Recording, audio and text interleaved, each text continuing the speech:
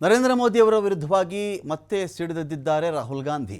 ಬಿಲಿಯನೇರ್ಗಳಿಗಾಗಿ, ಶತಕೋಟ್ಯಾಧಿಪತಿಗಳಿಗಾಗಿ ಮಾತ್ರ ನರೇಂದ್ರ ಮೋದಿಯವರು ಈ ದೇಶದಲ್ಲಿ ಕೆಲಸ ಮಾಡ್ತಾ ಇದ್ದಾರಾ? ಶತಕೋಟ್ಯಾಧಿಪತಿಗಳಿಗಾಗಿ ಮಾತ್ರ ನರೇಂದ್ರ ಮೋದಿಯವರು ಕೆಲಸ ಮಾಡ್ತಾ ಇದ್ದಾರಾ ಅಂಥೇಳಿ ರಾಹುಲ್ ಗಾಂಧಿ ಕೇಳಿದ್ದಾರೆ.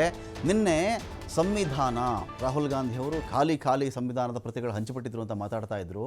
ನರೇಂದ್ರ ಮೋದಿಯವರು ಯಾವತ್ತಾದರೂ ಸಂವಿಧಾನವನ್ನು ಓದಿದ್ದಾರಾ?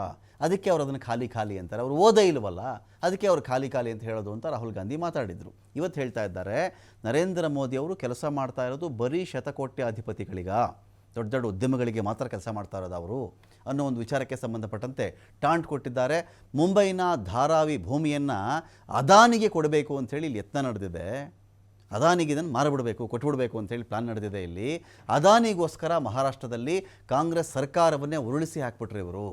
ಬಿಲಿಯನೇರ್ಗಳ ಹಿತಾಸಕ್ತಿಗಳನ್ನು ಪೂರೈಸೋದಕ್ಕೆ ಬಡವರ ಹಣವನ್ನು, ಬಡವರ ಭೂಮಿಯನ್ನು ಇವರು ಏನು ಮಾಡೋಕ್ಕೂ ಹೇಸಲ್ಲ.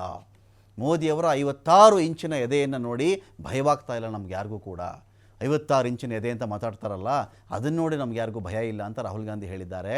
ಆದರೆ ಅವರು ಬಿಲಿಯನೇರ್ಗಳ ಕೈಗೊಂಬೆ ಆಗ್ತಾ ಇದ್ದಾರಲ್ಲ, ಉದ್ಯಮಪತಿಗಳ ಸೂತ್ರದ ಗೊಂಬೆ ಆಗ್ತಾ ಇದ್ದಾರಲ್ಲ, ಇದು ನೋಡಷ್ಟೇ ನಮಗೆ ಭಯ. ಅವ್ರ 56 ಇಂಚಿನ ಎದೆ ನೋಡಿ ನಮಗೇನು ಭಯ ಆಗಬೇಕಾಗಿಲ್ಲ. ಮೋದಿ ಅಂಬಾನಿ ಮಗನ ಮದುವೆಗೆ ಹೋಗಿ ಊಟ ಮಾಡ್ಕೊಂಡು ಬರ್ತಾರೆ. ಜಾರ್ಖಂಡ್ನ ಗೊಡ್ಡಾದಲ್ಲಿ ವಿಪಕ್ಷ ನಾಯಕ ರಾಹುಲ್ ಗಾಂಧಿ ವಾಗ್ದಾಳಿ ಮಾಡಿದ್ದಾರೆ. की छाती, मन की बात, इन चीजों से हम डरते नहीं हैं। नरेंद्र मोदी जी अरबपतियों की कठपुतली है।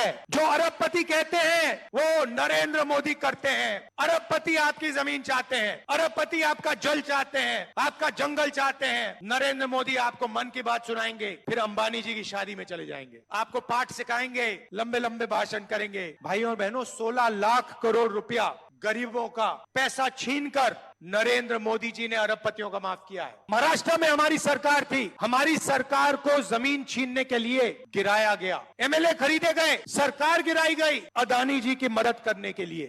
56 इंच की छाती